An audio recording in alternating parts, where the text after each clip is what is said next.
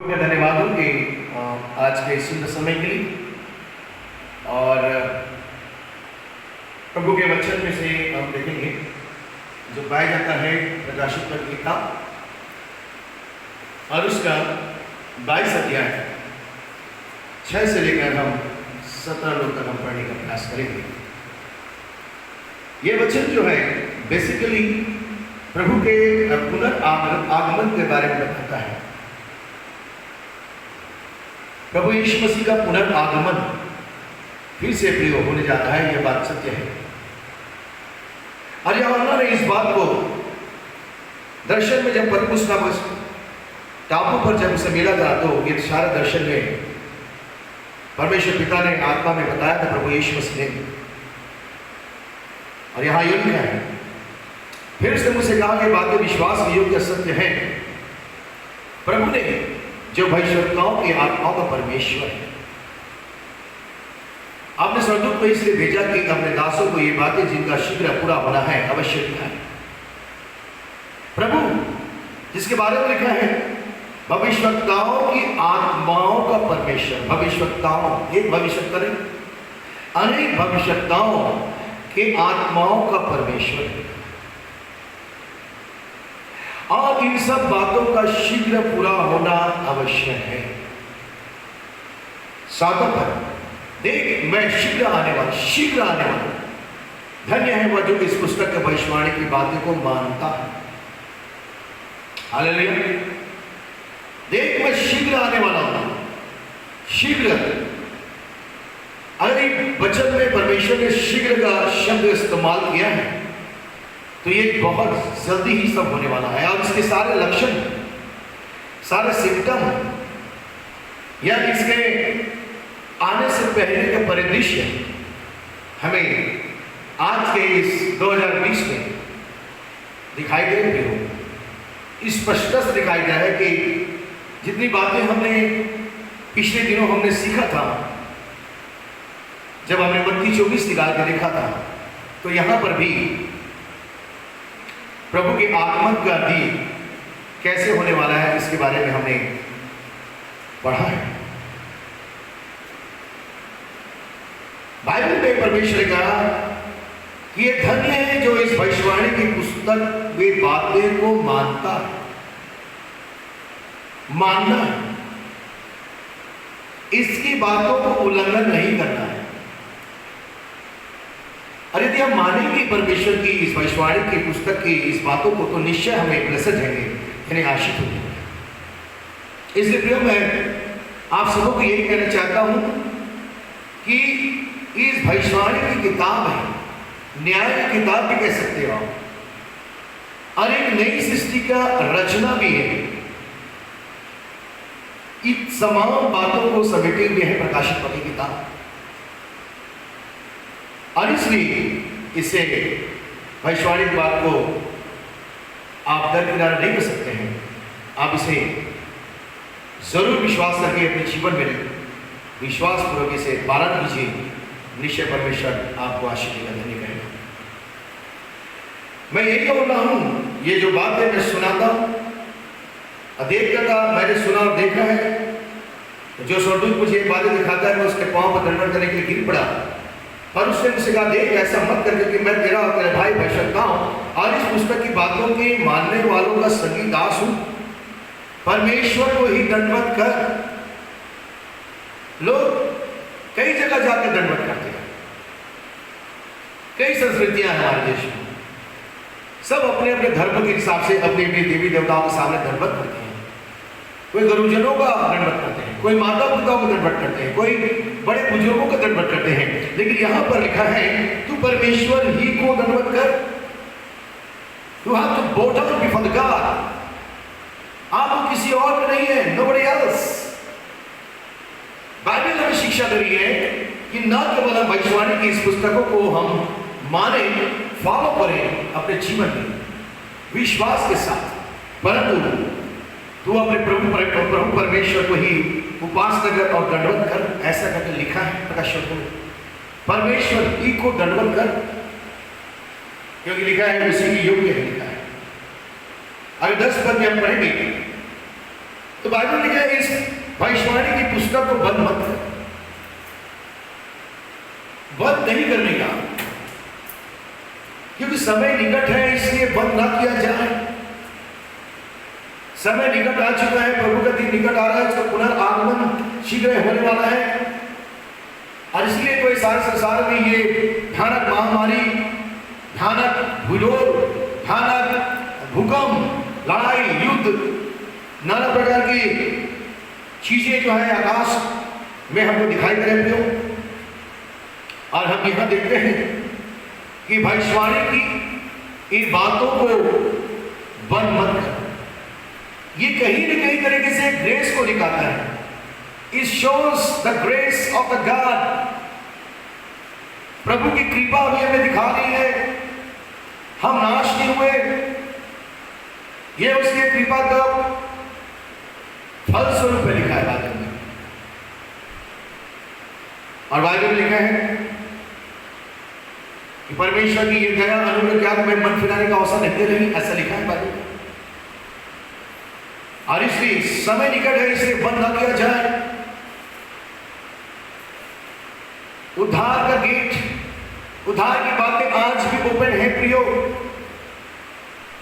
The door of salvation is still open, it is not closed. और इसलिए Bible लिखा हुआ है कि भविष्यवाणी की बातों को अभी भी ओपन करके रखा गया है, बंद न किया जाए, क्योंकि समय निकट है। प्रभु के पास आ जाइए। अनुग्रह की बातें, भविष्यवाणी की पुस्तकें ये बंद नहीं की गई है प्रभु। हमारे लिए बड़ी सुखद की बात है, हमारे आनंद का विषय, हर्ष की बातें हैं कि अभी तक ये भविष्यवाणी की पुस्तक, न्याय की पुस्तक या फिर नई सृष्टि का आगमन की पुस्तक जो प्रकाशित पत्र है, ये अभी तक हमारे लिए बंद नहीं की गई हो। हम प्रभु का धन्यवाद करते हैं इस चीज के लिए कि अभी भी ये पुस्तक को बंद नहीं किया गया है, पर समय निकट है, ये हमें जरूर चेतावनी बताओ दी जा रही है। अब इसमें आगे बढ़ने बहुत महत्वपूर्ण बात लिखी गई है। लिखा है कि जो अन्याय करता है वो अन्याय करता रहे, जो मलिन है मलिन बना रहे, और जो धर्मी है वो धर्मी बना रहे, और जो पवित्र है वो पवित्र बना ही रहे। कितनी महत्वपूर्ण बात यहां पर परमेश्वर ने इस भविष्यवाणी की पुस्तक को जो बंद नहीं की गई है, साफ लिखा हुआ है कि जो धर्मी है वो धर्मी बना ही रहे, धर्मी बना ही रहे। इसका मतलब है कि जिस तरीके से हम अपनी आराधना कर रहे हैं, हमारी भक्ति है, हमारा विश्वास है, हमारे आत्मिक जीवन, मसीह जीवन में उसको कंटिन्यू करना है। हालेलुया। यह हमें शिक्षा मिल रही है, हमें कंटिन्यू करना है। कोई भी परिस्थिति के आने के बावजूद भी हमको कंटिन्यू यानी कि लगातार अपने विश्वास, अपने आत्मा में, अपने प्रार्थना में, अपने मसीह जीवन में लगातार बने रहकर चलना है। जो पवित्र है वह पवित्र बना ही है। दो इंपॉर्टेंट बात इसमें लिखी गई है, एक धर्मी राइचियसनेस एंड दूसरा है होलीनेस। राइचियस एंड होलीनेस ये परमेश्वर के सर्वोत्तम गुणों में से एक है, और वही गुण जो पिता के पास है वो आज अपने संतानों को प्रभु देना चाहता है। जिस प्रकार परमेश्वर धर्मी है, उसके बाल बच्चे, उसकी संतानें, उसकी प्रजा भी धर्मी हो। जैसे परमेश्वर पवित्र है, वैसे उसकी संतानें, उसकी प्रजा भी पवित्र हो। ये दो महत्वपूर्ण बातें निकलकर सामने आए। प्रकाशित की किताब में हमें यही शिक्षा दे रही है, जैसे हमारा पिता धर्मी है वैसे ही हम धर्मी बने, और जिस प्रकार से हमारा परमेश्वर पवित्र है वैसे हम भी पवित्र बने रहे। अरे 12 पद में देखिए, देखो मैं शीघ्र आने वाला हूं और हर एक के काम के अनुसार बदला देने के लिए मेरे पास प्रतिज्ञा है। Hallelujah, hallelujah. हम यहां पर देखते हैं शीघ्र आने वाला है। और हर एक के काम के साथ एवरी इंडिविजुअल, हर एक व्यक्तिगत, प्रत्येक व्यक्ति के काम के अनुसार बदला परमेश्वर देने के लिए तैयार है। There is a reward for every individual. हर एक व्यक्ति के लिए प्रतिफल लिखा हुआ है। किसके पास है लिखा है बाइबल में? यीशु के पास। और इसलिए जब प्रत्येक व्यक्ति को अपना हिसाब प्रभु लेगा तो हमें कितना चौकस और कितना ज्यादा सेंसिटिव और ज्यादा ही सचेत होकर हम अपने मसीह जीवन में आगे बढ़ेंगे। बाइबल में अल्फा और ओमेगा, पहला और अंतिम और आदि से अनंत, जिसके पास सारे प्रतिफल को देने का हक है, जिसके पास सोल राइट्स है, जिसके पास ये अधिकार है, वो कहता है कि मैं ही आदि और अंत हूं, मैं ही आरंभ और अंत लिखा है। और जब परमेश्वर अपने आप को आदि और अंत कर रहे हैं, जिसके पास हर एक व्यक्ति को उसे कामों के अनुसार प्रतिफल देने के उसके पास प्रतिफल है, तो निश्चय वो परमेश्वर महान परमेश्वर ही है। शब्द पद में लिखा है, क्या धन्य है वे जो अपने वस्त्र को धो लेते हैं। धन्य वे लोग, क्योंकि अभी तक भविष्यवाणी की यह पुस्तक को बंद मत कर लिखा है, क्योंकि समय निकल जरूर है, परंतु लिखा है वे अपने वस्त्र को धो लेते हैं। कौन सा वस्त्र है? ये वस्त्र की बड़ी मायने है। यदि बाइबल में वस्त्र के बारे में आया तो वस्त्र कई प्रकार के होते हैं। एक वस्त्र जो संसार पाप से, गंदगी से, दुष्टता से, अंधकार से, अधर्मी से रच गया है, गाढ़ा हो गया, अर्गवानी के समान है, ऐसा यशायाह में लिखा है। मैले कुशली के समान है, हम देख रहे हैं। और दूसरा वस्त्र है धो लेने के बाद उजला सा हो जाना, श्वेत सा हो जाना। बाइबल में बताती है मुझे धो और मैं हिम से भी ज्यादा श्वेत हो जाऊंगा। बाइबल में भजन 51 में लिखा हुआ है, दाऊद कहता है मुझे धो और शुद्ध कर, मुझे जूफा से शुद्ध कर तो मैं हिम से भी ज्यादा श्वेत हो जाऊंगा, लिखा है। तो आज भी ये भविष्यवाणी की पुस्तकें, न्याय की पुस्तक और नई सृष्टि का की बातें जो इस पुस्तक में समाहित है, उसमें स्पष्ट लिखा है कि वस्त्र को धो लो। एक सलाह है, एक एग्जॉर्टेशन से अंग्रेजी में बोलते हैं कि आपको निवेदन कर रहा है पुनः एक बार लास्ट टाइम, अंत में भी प्रभु के डिजायर है, विन है कि इससे पहले भविष्यवाणी की पुस्तक बंद हो जाए। बाइबल में लिखा है वे वस्त्र धो दे, और यदि ऐसा कर लेते हैं वे, तो बाइबल में लिखा है वे जीवन के वृक्ष के पास आने का अधिकार मिलेगा, जीवन का। और ये कितनी अच्छी बात है प्रियो की संसार के इस अंत समय में भी जब भविष्यवाणी की पुस्तक को बंद मत कर लिखा है, इसका मतलब अभी भी लोगों को आना है, अभी भी उद्धार पाने का रास्ता खुला है, अभी भी छुटकारा पाने का, ग्रेस पाने का, जीवन पाने का उन्हें अधिकार है। तो प्रियो इसी चीज को हमको वेस्ट नहीं करना है, इसे बर्बाद नहीं करना है, या किसी तरीके से हमें हल्के से नहीं लेना है। अभी फाटकों से होकर नगर में प्रवेश करेंगे। वो कौन सा फाटक है? ये वही फाटक है जिसके बाहर में यीशु ने दुख उठाया था। ये गेट के बाहर प्रभु यीशु ने कितनी दुख उठाई। अभी हमने कुछ दिन पहले हमने देखा था गुड फ्राइडे में कि यीशु को कितने कोड़े मारे गए, कितना उसे तकलीफ मिला, पेन हुआ।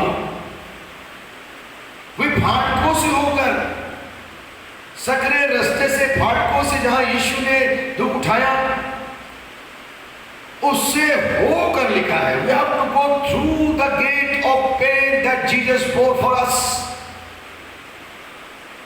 आज से 2000 वर्ष पहले यीशु ने फाटक के बाहर हमारे लिए दुख उठाया था, आज हम उसी में से होकर, लिखा है जब जाएंगे तो नगर जिसके बारे में प्रकाशित वाक्य के अंतिम जो विजन है बाइबल का, वो है new creation and new town of God, या फिर new divine place of God, या परमेश्वर के भावी नगर की कल्पना। नगर जो परमेश्वर ने बनाया यरूशलेम को, बाइबल लिखा है उसमें प्रवेश करने पाओगे। और इसलिए ईश्वर ने कहा बिना मेरे द्वारा कोई पिता के पास नहीं पहुंच सकता। और इसलिए बाइबल में स्पष्ट है कि उस फाटक से जो यीशु कहता है मेरे द्वारा तुम पिता के पास नहीं पहुंच सकते, या फिर जल और आत्मा से जो मैं तुम्हें जन्म चाहता हूं कोई ईश्वर राज्य देख नहीं सकता, लिखा है। उसी से होकर आप प्रवेश करेंगे, तब ये सारा जीवन का अधिकार पत्र आपको नए यरूशलेम में पहुंचा देगा। और बाइबल में क्या, परंतु कुत्ते, टोने, व्यभिचारी, हत्यारे, मूर्ति पूजक, हरे, झूठ का गढ़ने वाला, चाहने वाला बाहर ही रहेगा। बहुत क्लियरली स्वर्ग और नरक, अनंत जीवन या अनंत विनाश, न्याय की बातें, न्याय का होना, ये सब पहले से ही इस न्याय की पुस्तक में वर्णित है। परमेश्वर अपने वचन के अनुसार से न्याय करने का करेगा। जो बाहर रहेंगे उसके बारे की श्रेणियां, उनके बारे की क्वालिटीज, उनका योग्यताएं स्पष्टता से दिखाई देंगी। अगर आगे पढ़ें तो 16 पद में लिखा है, मुझ यीशु ने अपने स्वर्गदूतों को इसने भेजा कि तुम्हारे आगे कलीसियाओं के विषय में इन बातों की गवाही दे। मुझ यीशु ने, यहां पर देखो बदल गए, यहां पर यूहन्ना नहीं है न स्वर्गदूत है, यहां पर एंटायरली चेंज हो गया। कहता है मुझ यीशु ने, यीशु जो अल्फा और ओमेगा है, पहला और अंतिम, आदि से अंत कह रहे हैं, मैंने अपने स्वर्गदूत को इसलिए भेजा कि तुम्हारे आगे कलीसियाओं के विषय में बातों की गवाही दे। हमारे परमेश्वर लोगों को मौका देता है। हमारा प्रभु यीशु मसीह जब जगत में आए उससे पहले उसने यूहन्ना का भेजा कि मेरे रास्ता बनाओ, मेरे बताओ कि मैं आ रहा हूं, मैं एकाएक नहीं प्रस्तुत होगा इस जगत में। और यहां पर भी हम देखते हैं कि यीशु ने अपने स्वर्गदूत को भेजा पहले कि इन सब कलीसियाओं में जाकर इसकी प्रचार कर दो, मेरे विषय में गवाही दे दो। मैं दाऊद का मूल और वंश और भोर का चमकता हुआ तारा हूं। यीशु ने कहता है दाऊद के मूल से आए,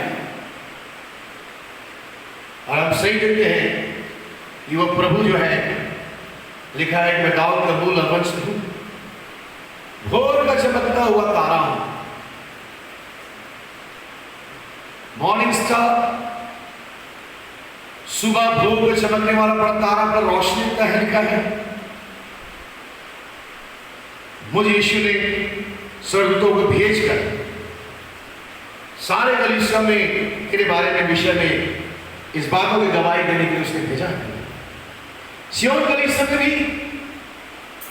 परमेश्वर ने, प्रभु यीशु मसीह ने अपने स्वर्गदूत को भेजकर इस कलीसिया को भी आने वाली बातों की गवाही देने के लिए मैसेंजर भेजा। उसका वचन मैसेंजर, उसके लोग, उसके प्रभु के दास लोग उसके मैसेंजर, उसके बादल बताने वाले हैं, चाहे गवाही हो सकती है। और अंत में 17 पद में पढ़े, लिखा है आत्मा दुल्हन दोनों कहती है आ। दोनों, टू पर्सन, बाइबल बताती है 2 पर्सन है, आत्मा और दुल्हन, और दोनों कहते हैं आ। भविष्यवाणी की पुस्तकें बंद नहीं हुई, न बंद मत कर लिखा है, समय निकट है कि बंद मत करो। तो बाइबल हमें बताती है ये आत्मा दुरीन दोनों कहती है आओ, एग्रीड है, सहमत है कि हाँ वस्त्र धो लिया जाए, हाँ धर्मी बने रहे, पवित्र बने रहे, हाँ इन्हें फाटक से प्रवेश होकर जीवन में प्रवेश करने का अधिकार हो। और इसलिए आत्मा दुरीन दोनों एक साथ होकर, बाइबल में हर जगह बताती है एक साथ होकर प्रार्थना करना चाहिए। जब दो लोग किसी एक बात में प्रार्थना करते हैं मेरे पिता की ओर से, तो मेरा पिता मेरे नाम से करेंगे तो मेरे पिता की ओर से हो जाता है। यहां पर भी बाइबल की उन सारी नियम व्यवस्था जो प्रार्थना से संबंधित है, यहां पर भी पूर्ण हो रहा है। आत्मा दुरी दोनों एक होकर कहती है आओ, और सुनने वाले भी कहे आओ। आत्मा दुरी तो है, पर तो सुनने वाले का भी कहते आओ। लिखा है जो प्यासा हो वह आए। आज उद्धार पाने की प्यास लोगों के पास होनी चाहिए, अनंत जीवन जाने की प्यास होना चाहिए, आज प्रभु को पाने का प्यास होना चाहिए, प्रभु आत्मा बचाने की प्यास होना चाहिए, परमेश्वर के स्वर्ग राज्य में जाने के लिए प्यास होना चाहिए। लिखा है वैसे लोग यदि चाहत रखते हैं, यदि ऐसा उनकी इच्छा है, यदि उनकी आत्मा, उनकी देह, उनका जो मन जो है यदि प्रेरित कर रहा है कि तुम परमेश्वर को प्राप्त करो, जगत नष्ट होने के लिए बढ़ रहा है, जगत अंत में आ चुका है, परमेश्वर का न्याय प्रकोप भड़क चुका है और ये सृष्टि नाश कर दी जाएगी। ऐसे में भविष्यवाणी की पुस्तकों को बंद मत कर लिखा है। कितने हमारे अनुपूर्ण बात है प्रियो कि जो प्यासे हैं जीवन पाने के लिए, जिन्हें अनंत जीवन की चाहत है, वो लिखा है वो आए। आप जो चाहे वह जीवन का जल सेक में ले। ये जीवन जिसके प्रभु ने बड़ी कीमत चुकाई, हमारे लिए कितना आसानी से सुलभ है, ये कितना फ्री में उपलब्ध है। यही बताना चाहते हैं कि जीवन का जल कितना मुक्त है। इसके लिए पैसा, इसके लिए आपको धन, इसके लिए आपको कुछ भी करने की आवश्यकता नहीं है, बहुत भारी आपको कीमत नहीं देनी है। केवल आप यीशु मसीह के पास आकर एक साधारण विश्वास के द्वारा कहें कि प्रभु हाँ मैं प्यासा हूं और मुझे जीवन का जल दे, क्योंकि ये मुफ्त में तूने दिया है, ये जो है ये आप रत्न पर आधारित है, तुमने तो बड़ी कीमत से चुकाई और मुझे सेठ लेने का दे जीवन। प्रियो और लिखा है बाइबल में जीवन का जल सेठ में दे ले। फिर से वही सलाह, फिर से ऐसी सम्मति, एक्सहॉर्टेशन, सजेशंस, एडवाइसेस पवित्र आत्मा दुल्हन हमारे कर रही है। क्यों ना हम परमेश्वर के इन आह्वानों को, परमेश्वर की इन बातों को स्वीकार करते हो प्रियो, हमें प्रभु के पास आ जाए और जीवन का जल हमें जो प्रभु ने मुक्त में दी है उसे हम प्राप्त करेंगे। परमेश्वर करे ये सारे वचन आपके जीवन के लिए आशीष में हो। सियोन कलीसिया के पूरे लोगों के साथ हो, पूरे विश्व के साथ हो, समस्त कलीसियाओं में हो कि परमेश्वर जो जीवन का जल है हमें सेठ में देने के लिए अभी भी भविष्यवाणी की पुस्तक को बंद नहीं किया है, भले ही समय निकट आ चुका है। मुझे विश्वास है कि आज के इस संदेश से, वचन से परमेश्वर ने, यीशु ने कहा मैंने इसीलिए अपने स्वर्गदूत को तुम्हारे लिए आगे भेजा है कलीसियाओं में कि मेरे विषय में गवाही दे। ये गवाही देने के लिए ही परमेश्वर ने एक गवाही का ही पुस्तक है। और हम देखते हैं कि इसमें अभी भी अनुग्रह भरपूरी से है, अनुग्रह समाप्त नहीं हुआ। परमेश्वर करे इस अनुग्रह की बात को भविष्यवाणी की पुस्तक में भी लिखी गई अनुग्रह, प्रभु हम सबको अनुग्रह प्रदान करें। आप सबों को जय मसीह की। Thank you, God bless you. आमीन।